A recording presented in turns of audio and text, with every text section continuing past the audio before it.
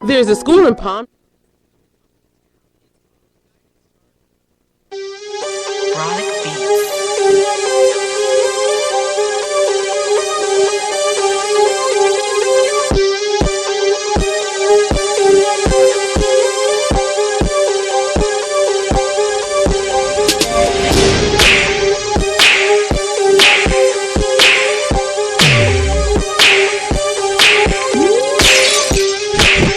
Good morning. Welcome to AVNewsCast.com.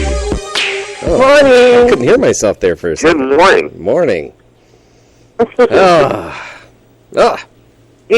can't hear yourself, Joe? Oh, I couldn't for a second there, but now I do. Oh. It's awful lonely in here. I'm sorry, honey. Did you guys see what's going on in Ferguson, Missouri? What? Yes. What? It's a yes. Yeah. I mean, I'm waiting for you to lead me so that I can let you have it. Let you have it. I listened last night to an interview of the guy that was with Michael Brown. Mm-hmm. And if what he says is true, and I'm not saying that it's not, I'm just saying, if what he says is true, this was out-and-out murder.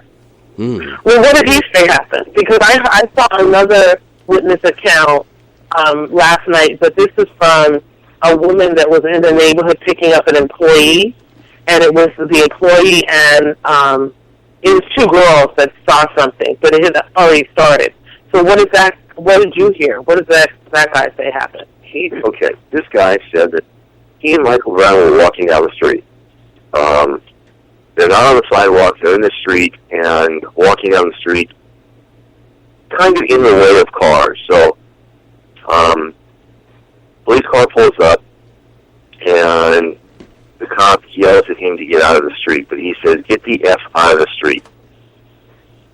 And they said, "Well, we've only got a little ways to go. We'll be home in a second."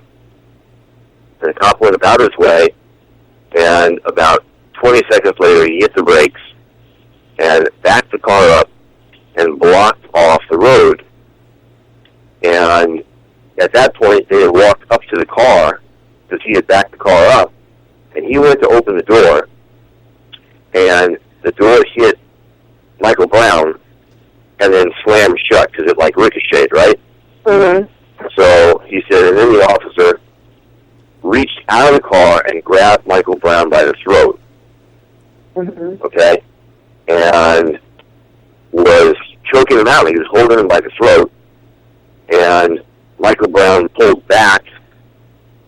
And then the cop pulled out his gun and said, "I'm going to shoot you." And 15 seconds later, the cop just shot him once. And shot him in the stomach, and blood was coming out, and both boys ran.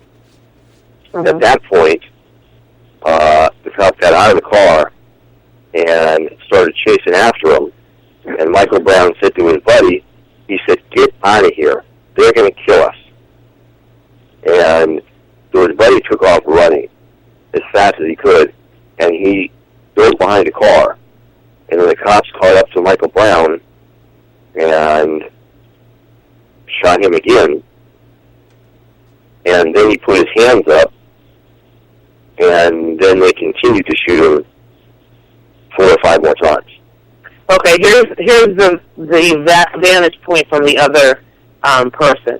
She said she's driving down the street and it's already occurring.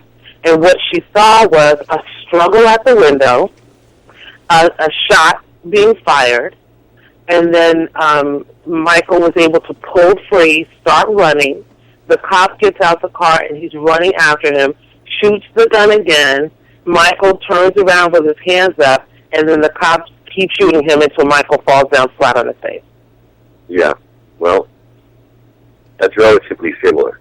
And that's what I haven't been able to see the video myself yet, but that's what I'm hearing. Is partially on a number of different camera phones. And there's videos up of the shooting?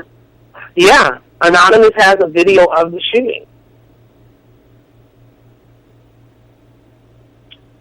I tried to access it, and the link was, of course they're going to shut that down ASAP. But yeah, Anonymous has released the video, has released the police officer's name. Yeah, I mean it's not only is that horrific, but every night they're having these protests. Now, granted, the first night it ended up into civil unrest, and some people were really going crazy, looting and what have you. But outside of that, they've been having continued protests in the area, and the media has been there. And I'm seeing on the news that the media are in McDonald's and they're trying to charge up, and SWAT comes in and they're very aggressively pulling them out. Media was gassed and arrested, and it's just like this. And the other thing that I found was really telling, Jeff, is that they're using the tanks. Oh, they're using their tanks that they were able to get. They're militarizing. The protesters last night brought Molotov cocktails. Yeah. Okay. What? They had lit those. They were throwing them at police cars. I didn't see one report on that. I didn't see one report on that. And I mean, I'm watching the news 24/7, and I'm not seeing anything like that. All I'm seeing is that the police are firing tear gas and rubber bullets at media as well as protesters. And these protesters haven't been done. I mean, I don't know where'd you hear that? Okay, I'll tell you. Okay, there were two reporters, Wesley Lurie from the Washington Post and Ryan Riley from Huffington Post.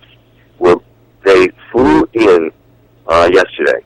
They were present during all the protests last night. In fact, they were arrested because cops I know about them and told them to stop filming the chaos.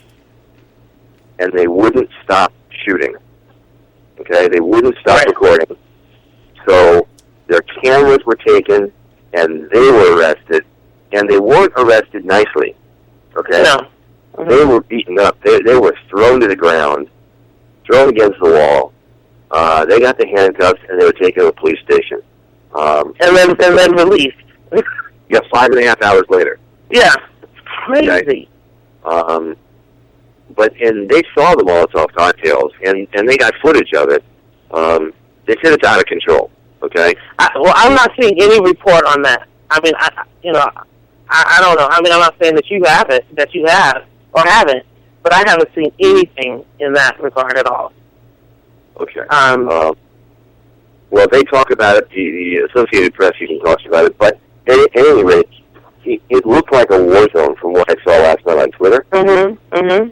It looks like a freaking war zone. They've got a problem over there because law enforcement doesn't, we hear what happened, and it doesn't take an investigation for us to hear witness accounts, and even from another guy that was right there. It doesn't take an investigation to find out what happened, but law enforcement wants to go about their own investigation, and the problem is, it looks, they've already had death threats against this cop, and accidentally another cop's name was released who was not involved in this, and that guy got a lot of death threats. Yeah, I mean, I would say, yeah, they probably did. But my thing is, they don't have a problem over there. We have a problem in the nation. We have a problem because there is a culture that is being perpetuated that it is okay to treat certain minorities one way and don't ever bring that mess somewhere else. These media people that were bullied out of McDonald's they're outraged. They're like, how could you do this to us? These cops are doing these to minorities on a regular basis. It's a culture of mistreatment that is nationwide. It's not just in St. Louis. It's everywhere. And until we stop the presses and say, you know what, it's true. We really have lost our freaking mind and do something absolutely different, we're just going to keep seeing these things happen. I don't disagree. Charlie Beck, police chief for LAPD, he got another 2 years on Monday. Monday night, LAPD in and around the Newton Division, 2 officers, gang officers, shot and killed a mentally ill man that witnesses say, and there is footage of this, the witnesses say was doing nothing. Yeah. Okay. His name is Adele Ford. He's 25 years old, but he has the mental capacity of a 6 to 10-year-old. Right. I heard about that. Yeah, and all the officers in the area, they know him. Mm-hmm. They know it's a problem. And before this whole problem started, on the street, they had a trained officer that gave him a psych eval on the street before all of this went on. And then they say that this kid who is mentally ill, has the capacity of a 6 to 10-year-old, put up a struggle and was on the ground and shot and killed. Mm-hmm. I'm telling you, there's a culture that certain groups, their life is not as valuable as other groups. And they have this sentiment that they're not going to get in that much trouble if you execute them. And because I can't understand why it's happening, outside of that. There's a problem. And we've got to stop it collectively. Everybody's got to be able to identify that people, just think about it. Just give me 2 minutes of your thoughts, Steve and Jeff. I have 2 grandsons, and they're black. And in this nation, at any given time, their life can be taken by a police officer. Mistakenly, on purpose, whatever the case is. This is not happening to all youth, white, black, Latinos. This is not happening across the board. This is happening to black people.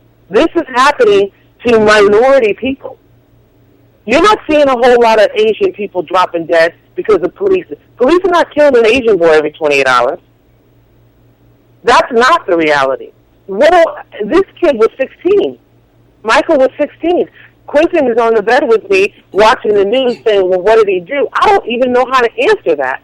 I don't know at what age do I start preparing this boy that his life is in danger when he possibly deals with police officers. How would you be able to deal with that? I totally understand what you're saying. I don't know if I totally agree with, but the evidence certainly shows different. But saying that the police across the country feel that they can go out and kill and murder black men and get away with it, and that they believe that they can, I have a problem with that. Well, what part do you have a problem with? Because it's happening. You know what it is, and that's why I said, it looks terrible. We've got this 25-year-old kid Monday night. We've got Michael Brown in Missouri.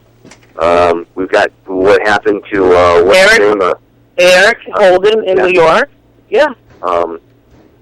Right now it's terrible, and something's got to change. I agree 100%. I don't care about the cost because the human life, the value means more. So whatever they need to do, specifically the Antelope Valley, I would love to see this happen first here because this is where I call home. Put cameras on all your cops. Make that their conscience. Because right now, whatever these officers are walking around with, their conscience is not dictating what's right and wrong. They're losing their mind. What happened to police giving force back to force received? How do you get to the point of shooting somebody when they don't have a gun? I just don't get it. I get it. That's the problem. Now, LAPD says that what happened Monday night was a result of a struggle, and that this mentally ill man went after the officer's gun. The officer had to draw his backup weapon. Isn't that always the case? That's the standard line. Just pull it out. Now, witnesses say that's totally not true. Right. And they say that there was no struggle. Commander Andy Smith says, don't rush to judgment. Wait until all the evidence is out. Which means don't rush to judgment. Wait until we figure out how the story needs to go down. I'm just saying, there's no trust. There's no trust. I mean, I think about, the kids in kindergarten and the police officers supposed to come in and show the kids how they're there to serve them. No. Most of those kids are like, oh, my God, what's going to happen? The police are here. They're scared of them. People are scared of the cops. They don't even want them to know their name. No one wants their fingerprints taken anywhere. And that's across all color lines. People don't want to deal with that. Well, you said you want to see things change, and the Antelope Valley would be a great place. I would love to. I'd love to call Catholic Force after the show and say, what can I do? Because you've got a potential of a problem. And I don't want Antelope Valley being the next St. Louis or the next L.A. or the next Florida or the next whatever. Let's just realize that we have a problem and do something else. Let's just try that. Because right now, just people running the street, they're supposed to do their job. If they're doing their job, we won't have a problem. But we tried that, and it's not working. Okay, well, I'll tell you what, okay? Yesterday, the city of Lancaster, remember Sheldon Carter? He ran for city council in Lancaster? Yeah, okay. He was just appointed last night to the Criminal Justice Commission. Yeah, I commented on that. I was like, okay, so what is that exactly? Who are you watching? Well, you know what? But this is a great place, and we can have him on the show. In fact, I ran into him. We had ice cream together, I think, Saturday night. Nice. And we can have him on the show and ask him those questions. Yeah. Or bring Captain Ford on the show and ask him these questions. Absolutely. I know for a fact, and I can't talk about outside of the Antelope Valley, but I know for a fact that in Lancaster, Captain Nelson and Palmdale, Captain Ford are working really, really hard to reestablish a quality relationship with the community, between the Sheriff's Department and the community. I know that they're working very hard. And I know that 2 years ago, compared 2 years ago or 3 years ago to today, and I know we've seen change. Okay. What's going on in L.A. and the rest of the country, I don't know. And frankly, I'm happy, to keep our own backyard good, and New York's going to have to take care of themselves. And yeah, I would be happy. I think it's exciting to keep our own backyard good, and I think that we could be the example that the nation can follow if we can really, really show everyone this is how you treat people, whether they're accused of a crime, because that's what it is. You're accused of a crime. There's no judgment that's supposed to be had on the street. Michael Brown wasn't supposed to be executed. He was supposed to be arrested, if anything. Right. So if we can get to the point where, and you know what, the citizens have a part to play too, and I get that. For me specifically, I'm so sick of seeing any element of African Americans acting like absolute idiots. I get that it's hard to find a job. I totally get that. but you could speak like you got some damn sense. You could pull your pants up, and if you don't have a job, take it behind the school and stay in there. It's just a disgrace, the amount of wastefulness that I see amongst the African Americans. Absolutely. Now, I'm not going to say it's predominantly everyone African American. It's not. But I don't want to see any of it because it fuels the fire of the lunatics with guns. I hear So you. fix your own house. Raise your kids. Pull your pants up. If you don't have a job, stay behind the school at least. Do creative things. Do constructive things. I hear you. Well, okay. That's, we could spend an hour talking about this. But We sure could. I know, but we're going to move on. There's a neat story. We've got something that's a bit unusual. We've got two Republicans, Tony Strickland and Steve Knight, running for Congress. It's very interesting because I think both candidates understand that somebody's going to have to get part of the Democratic and the Independent vote to come out of top and to take this election. Tony Strickland just recently went through his website and scrubbed his website and took out anything that may be offensive to Democrats. And it's really interesting. Yeah. And so... What? So he just shut it down? No, what he did was, like, for instance, if on his website when he said, these are the issues, and let's say one thing was Benghazi, that's now gone from his website. If Obamacare was an issue at the primary, it's gone. It's no longer an issue. Maybe they're just cleaning up copy. Pardon me? Maybe they're just cleaning up copy. Just take it off and then rewrite it, put it back later. He scrubbed his website to make it more appealing to Democrats. Is he changing size?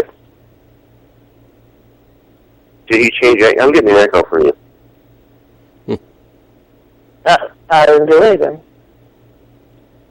I don't have Is one he here. changing size? No, he didn't change sides.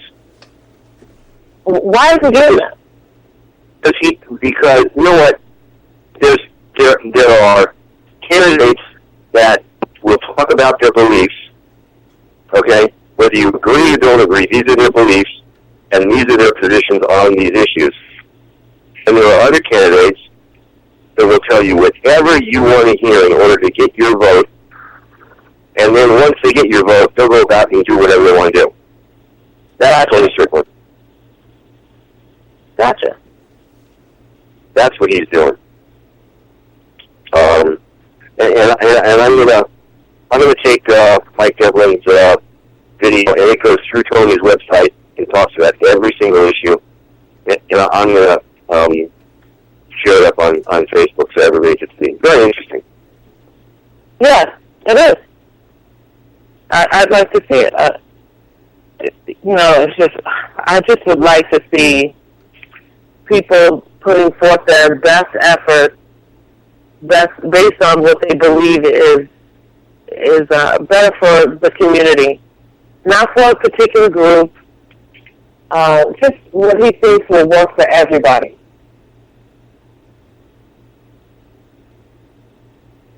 That would be refreshing. Yeah. Hey, Jeff? Uh-huh. Are you still with us? I'm here.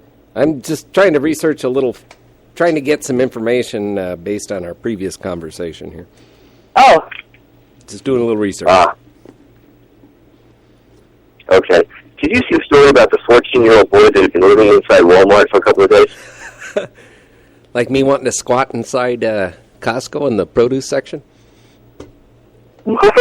Yeah, I put that up on Facebook. I want to put a hammock in the produce section at Costco.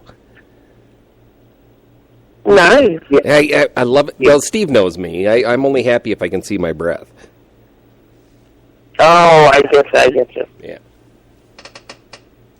This kid went into a Walmart. He was running away from home. He was 14 years old. In Corsicana, Texas. And he created two little houses inside Walmart.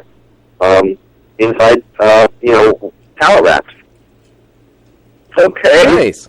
And he lived off of food inside Walmart and took it in his little compound, where they have large boxes on these pallets that shoppers would be walking by. Behind the boxes, he had a little bed. Good for him. Smart kid. How did he get caught? They followed the trail of food wrappers. Oh, you're kidding. Typical kid. Didn't clean up after himself. Exactly. He had even gotten, from the pet department, he even had a pet goldfish. Oh, poor baby. Oh. Okay, now, so he wouldn't get caught. He was afraid of using the restroom. Oh. So he took diapers from the store and wore those. Huh. Wow, this kid was serious. Yeah. What could his home life been like? Yeah, I couldn't even understand you. I'm getting such a bad echo. What could his home life have been like to put him in a situation where that's preferable? I don't know. He was released back to his parents or relatives. Did the Poor baby. did DCFS go by and check the situation out, or whatever Texas's equivalent is? I mean, you got to be. No, he was released to his relatives. I mean, that you've got to be seriously compelled to do something Yeah. like that. Yeah, that's no joke. Mm-mm. Something's got to be really, really bad That's what I'm for thinking. your best option to be Walmart. He probably never ate so well. Yeah. Yeah, you go I don't know. check the pantries out.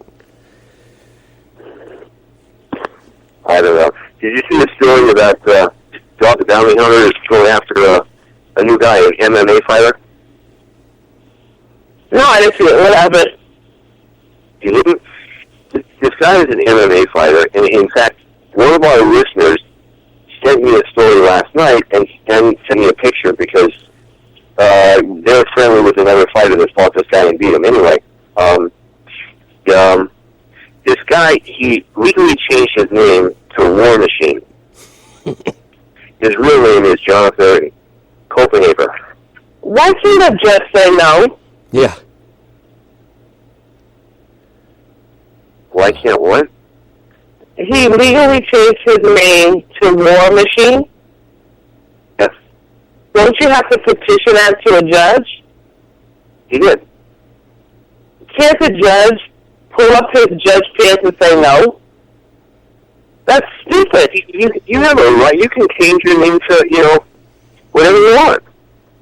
That's retarded. You can change your name to 4-barrel carburetor. Go ahead. Sorry. Go ahead. Okay, so anyway, this guy went to his girlfriend's house in Las Vegas. It was And supposed to be broken up because he beat her and her new boyfriend so badly, he broke 18 of her bones. Blood was all over the apartment. After he was done beating her, he took pictures and posted them on Twitter. But first he goes in there and he beats up the new boyfriend and throws him out, and then he beats on her for a little bit, then makes her take a shower, and then he goes to try to rape her, but apparently didn't take his Viagra, so he beat on her some more. He got a knife and stabbed on her, and then he he was going. The knife broke, and he kept trying to get her with the blade. So then he went to the kitchen, I guess, to get a bigger knife, and by that point, she ran out through the back door and ran into different neighbors' yards trying to bang on there and get some attention, and finally somebody took her in. It's crazy. What? Yeah. Naked and bloody. Really bloody. War machine. Yeah. I mean, can they ask them, why do you want to change your name to that? Crazy. So now Dog the Bounty Hunter has gotten involved, and he is out. He's going to find this guy. Yes, it is. You know, he's the guy that captured a serial rapist, Max Factor Cosmetics, Andrew Luster. Mm-hmm. Yeah, but that wasn't a hard one. Yeah.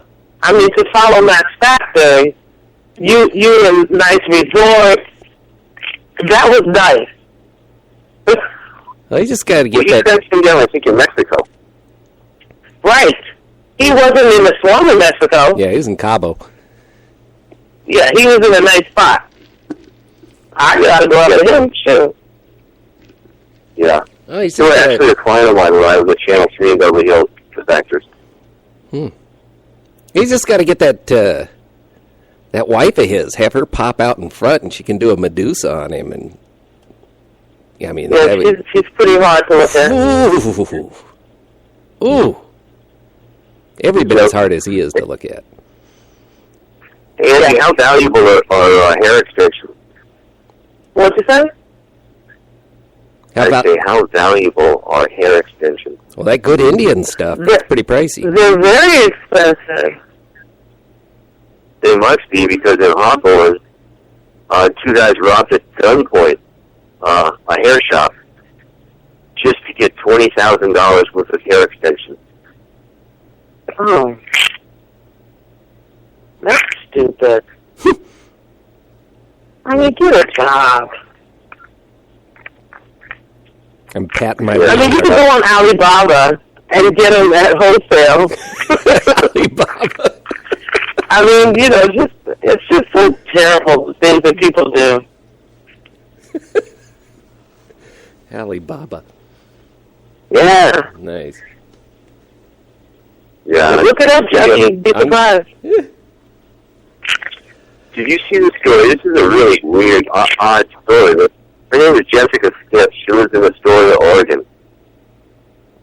She's accused of drowning her 2-year-old and then cutting the throat of her teenage daughter. Oh.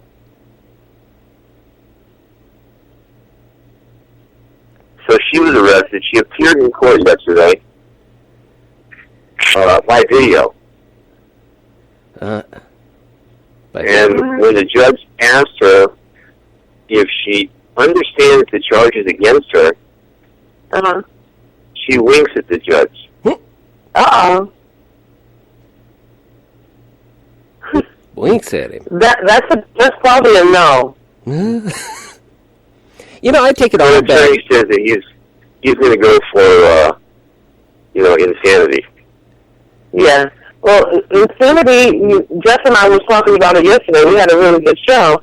Insanity doesn't have a place anymore in the justice system. Yeah. They just put them all together.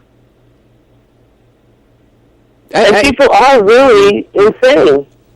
I'm going to take it back. I think the best thing we could do is pump all the Ebola we can into this country anymore. Just start with a clean slate. Bring it in. You know what?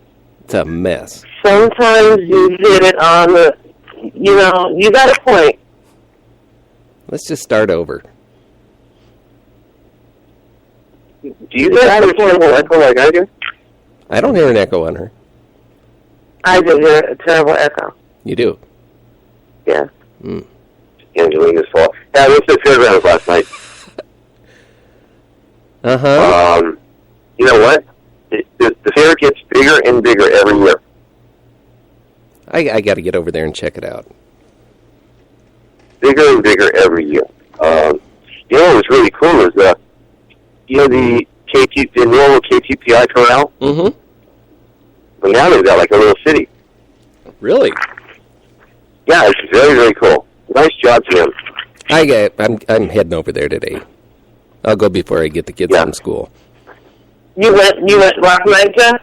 Oh, Steve did. I'm sorry, Steve. You went last night, Steve?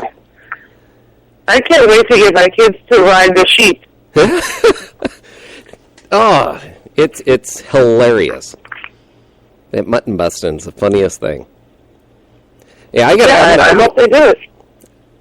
I saw all the sheep yesterday. They're ready for your kid, Tim. I'm going over there. I'll shoot some footage tonight of all the prep. Today is the last day that you can get tickets for $6 or wristbands for $20. Better get on it. I gotta get my wristband. And you can use the wristband any day, right? Well, I'm just going to say yes because I have no clue what you said. Oh, she said you can use the wristband any day. No, Wendy was on the show yesterday, and she said that you can't use it on certain days. She didn't say that. I thought there were some blackout days. I thought there were some blackout days. For wristband? I'll take a look. You guys keep talking. I'll take a look. Okay. Because that's what I'm doing is getting it for $20. You want to get it for $20 so you don't have to pay $35. No, I thought that there was a day that you couldn't. Well, I can't wait to see Keith Sweat. That's next Wednesday. And I'm going to take the kids on Monday so that they can be, like on the sheep.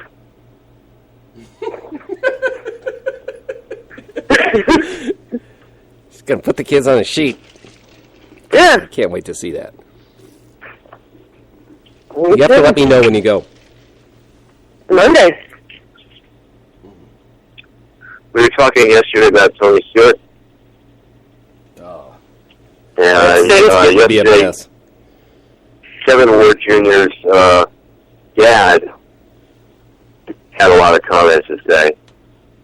And he said, there's no question at all in his mind that Tony Stewart was the best driver on the track. And he did not have to push his son up into the wall. And he easily could have avoided his son. And there's one person on this planet that knows what happened, and that's Tony Stewart. And he was calling Tony Stewart out, come out and tell the truth. Well, they are professional drivers. But, I mean, is the track really well lit? That even though he was in black pants with a little white strip, you could see him? Well, you saw the same video that I saw. I would say, you could see him. But I don't know that Tony Stewart was looking in that direction. He might have not seen him till the last second. Yeah, I think you're giving him more credit than I'm willing to. Well, I think that he would be looking in that direction because he knew the car was stopped. And he was on the same side as the car that was stopped. So why wouldn't he have looked that way to see what was going on? My echo is killing me. It's killing me, too. They did come out and pass a new rule yesterday that you, under no circumstances, can you ever get out of your car. Okay. And if a driver gets out of his car, they immediately red flag the race. The red flag means that every car stops in its position immediately. Yeah, that'd be good. That's good. And then they'll deal with the driver that got out of the car. Mm-hmm. Now, NASCAR is looking at that as a rule as well. Absolutely. What is that just understood? as a result of this. So, you know, basic self-preservation. Nobody will be getting out of their car anymore. Yeah, that would be a good rule of thumb. Stay behind in the car. This is funny because you're having a hard time understanding me as I'm having understanding you. Yes. Sure. But that's okay. I hear you guys fine. I don't hear any echo on my end. I hear you perfectly, too. Yeah. What do you think about Robin Williams' daughter having to leave social media? That's terrible. Robin Williams' daughter having to get off of Facebook and Twitter and everything because of all the trolls out there. Why? There's a bunch of jerks making awful comments. Really? Yeah. About Robin Williams? Give me a break. Terrible. She's not in enough pain right now. She's got to deal with all these idiots on social media. All these faceless people that can say all the hateful crap in their soul, dump it out on somebody. What I'm saying is that's part of being in the media. That's part of being in the business. Well, she wasn't. Yeah, but her father wasn't, so she's in it by default. I mean, I look at what my people say about my girlfriend, Sherry Shepherd, and I'm like, you guys have no clue what you're talking about. They're vicious. It's just so many people full of so much hate and venom out there. They gotta be arrested somewhere. You know, the Robin Williams, he was discovered performing like at a war for a pier somewhere up in San Francisco. And a producer saw him and sponsored him to go to Juilliard. Wow. Nice. That's huge. Okay, and right, because he couldn't afford it. There's just no way. And while he was at Juilliard, the first guy he met at Juilliard was Christopher Reeves. Wow. Funny. And they both went to Juilliard together. Then they became very good friends. I've seen pictures of them together. Had that horse accident. And then slowly started to run out of money. For 10 years, Robin Williams personally paid all of his medical costs. Wow. No. How sweet. Yeah. Yeah, a lot of people say he was a very, very generous, kind guy. But, you know, originally, the day that he took his own life, some people made the comment that it was very selfish. And they got really beat up for making that comment. And then a day or so later, now people start coming out and saying, you know what, it was selfish. Well, suicide is the ultimate selfish act, though. It really is. Oh, absolutely. It's totally disregarding the feelings of anybody in the world that cares about you. Yeah, but the thing is that your head is not right. You can't really be mad at them because they're sick. That, you know, the medication's not working, whatever it is. They couldn't beat it. I know you guys had a great show yesterday and you were talking about this stuff. And I didn't have a chance to listen to it. But I can't even comprehend how somebody... I mean, it's so sad that you are so low that you want to leave. Yeah. It happens. And you know, it's all about the you know, the chemicals not being right and you not being able to get a control over it. and you don't realize how far gone you're gone. It would be different if mental health issues caused a pain in your big toe. So you could say, oh, you know what, my head is not right because my big toe's hurting. But it doesn't. Everything is in your head, so you're rationalizing, you're thinking you're okay, everybody else is looking at you wrong. It's just isolated in an area that is not right. You can't, it's hard for people to be able to identify it. Because I come across people all the time that I think you should come and get checked because you don't seem right. Present company excluded. It was wrong for the sheriff's department to discuss in gruesome detail. Oh, it was terrible to listen to. How they found Robert Williams and how they killed themselves. Terrible to listen to. Well, I mean, I think they do it to everybody. What's the difference? This just went on and just detail after detail. I've never heard a more in-depth description of a suicide scene. Really? I didn't hear it. Oh, it was painful. You're going to have to tell me when we get off the air, Jeff. Oh, yeah, it was hard. I just sat there with my head in my hands. Really? I can't imagine what his family felt like listening to that. Mm-hmm. Well, from what I heard the sheriff's department reached out to his family before and said, you're not going to want to listen to this. Oh, good. Oh. Ooh. Well, why did you have to do that? I mean, he died and he hung himself. That's all you have to say. Yeah, pretty much. No, they went all into detail. I don't know what Angelina just said. Oh, she said all that needed to be said was you hung yourself and you died, and that's it. But no, they went into detail about how there was cut marks across his arm, superficial cut marks across his arm. That didn't seem to work. There was a knife on the floor near him. He had he put a belt around his neck and wedged it in between the door and the door frame. And there was a chair underneath him, and he was in kind of a sitting position, but not quite making contact with the chair, and it's just on and on and on. It was gruesome. Yeah.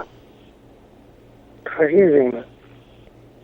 Yeah, that sounds like a bit much. It was. Yeah, it was straight out of Stephen King. Yeah, well, I don't understand how.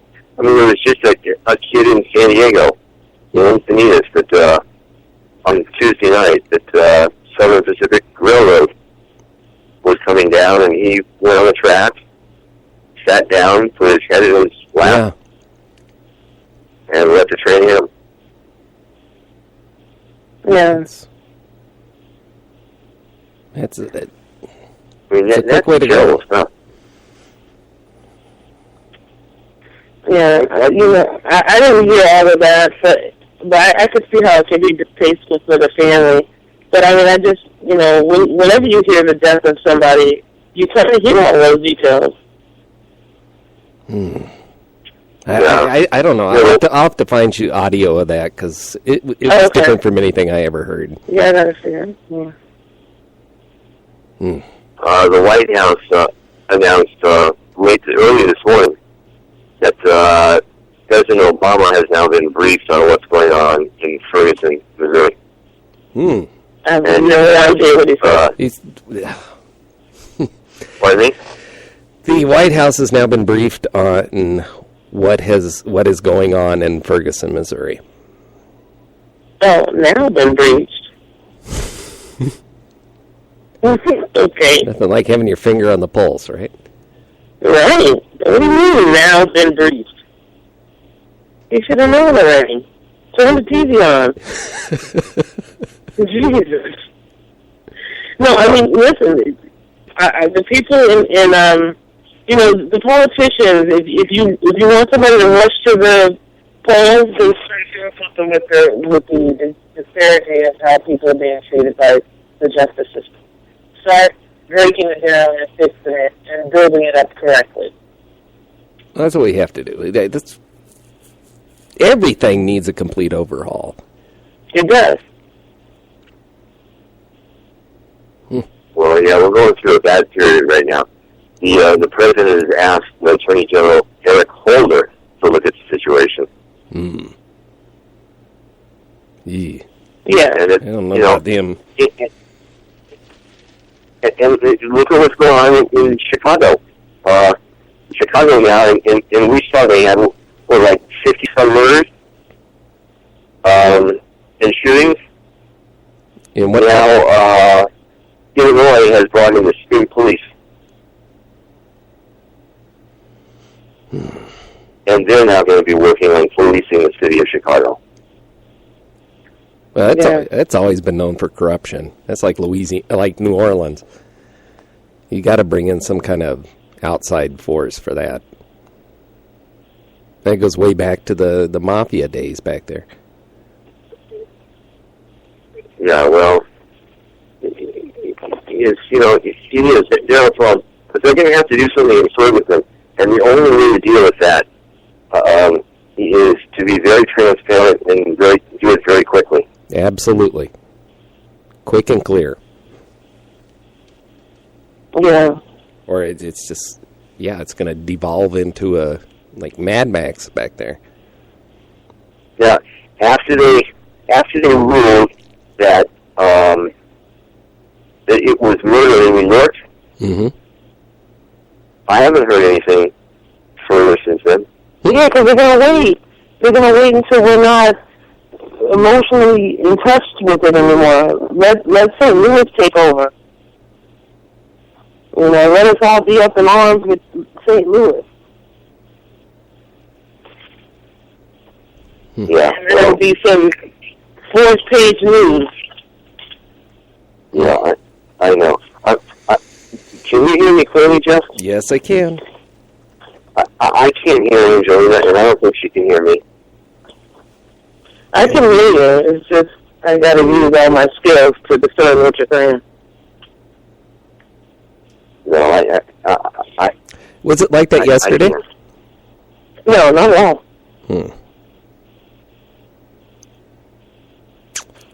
Well, what do you say we wrap it? I think we should.